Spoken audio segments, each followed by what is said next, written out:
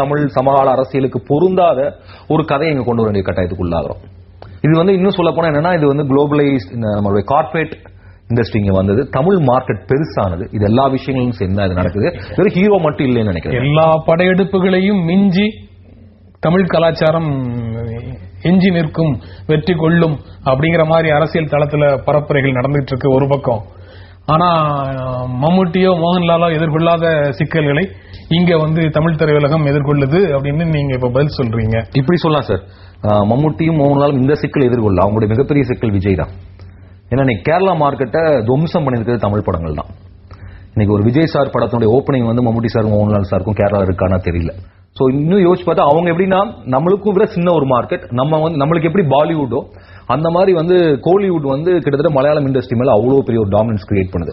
மலையாள படங்கள் சமீப காலத்துல நீங்க யோசிச்சு பாத்தீங்கன்னா அவங்களுடைய அந்த ஒரு 80s 90s வந்த அந்த ஸ்டைலை விட்டுட்டு கிட்டத்தட்ட தமிழ் தெலுங்கு ஸ்டைலுக்கு மாற ஆரம்பிச்சிருக்காங்க. சோ